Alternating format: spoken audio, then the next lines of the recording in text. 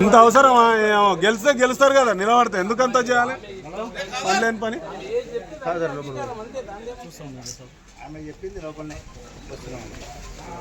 ఆ కాదర్ ఎందుకు వస్తున్నాడు లోపలికి?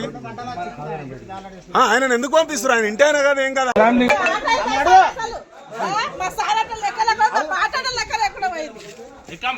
నేను తీసుకుంటామో తెగితే దానికి కట్టుబడి ఉంటాం. మీకు ఏదైనా ప్రాబ్లం ఉందంటే చెప్పండి.